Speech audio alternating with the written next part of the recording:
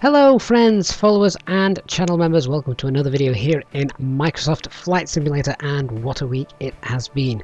So a few days ago the sim update number 5 was released for Microsoft Flight Simulator.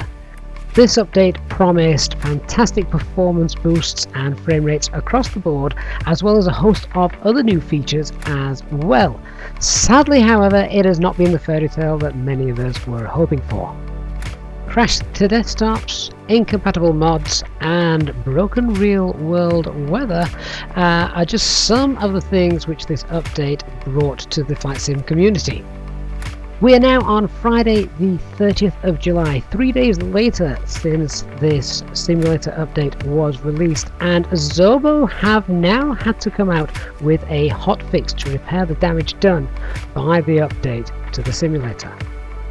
It's fantastic that Asobo can listen to the community and discover everything that is wrong and put it right within 3 days, but it does beg the question, why was it released with all the problems, particularly when they have a full team of beta testers apparently looking for all of these problems.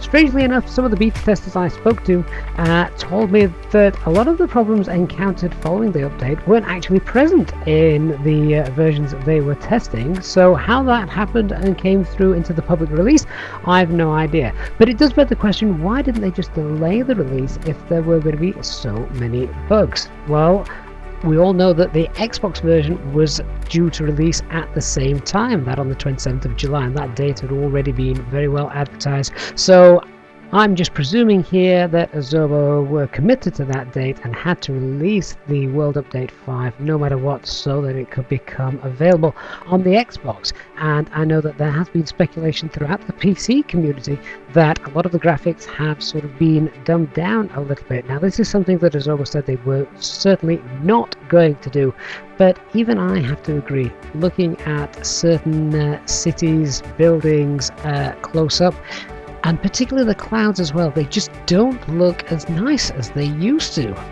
Is this just me, or is it an opinion you guys share as well? Please do leave a comment and let me know if you think that the simulator looks worse now on the PC following this update and optimization. I'd be very, very interested to know. So the benefits of Sim Update 5 were of course improved performance, and I don't think any of us could argue that. I myself have seen considerable gains in FPS since the update. We also of course had new water effects for if we landed on water, a feature much requested by the community, so it's great to see that now in the simulator. We also have the added water effects on wet runways, and again I think this looks really neat, so glad to see that there as well. But the problems we had with real world weather meant that the temperatures were far too high at high altitude, so the aircraft didn't climb as well as they should do, and the fact that we were also getting incorrect altitudes reported to online air traffic control service if you were flying with ATC meant that, among other things, the simulator was pretty much unplayable for those of us wanting to perform realistic flights here in Microsoft Flight Simulator. Even with that, we couldn't have live traffic because it used to cause a crash to the desktop. Thankfully, the hotfix is now available. So the full list of fixes that the hotfix is reported to cover is available from the Microsoft Flight Simulator website. You can go and head over there to see the full comprehensive list shown here.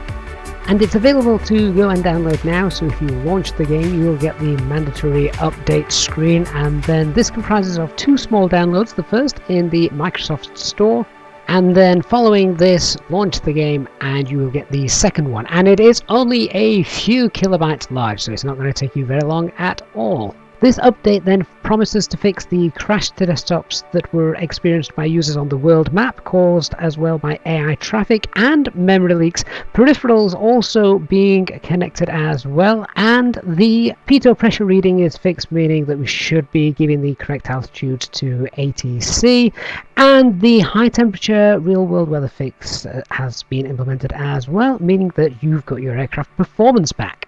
So go ahead and download the hotfix right now. Let me know how this has worked for you. Let me know if this has solved all the problems that you have been having.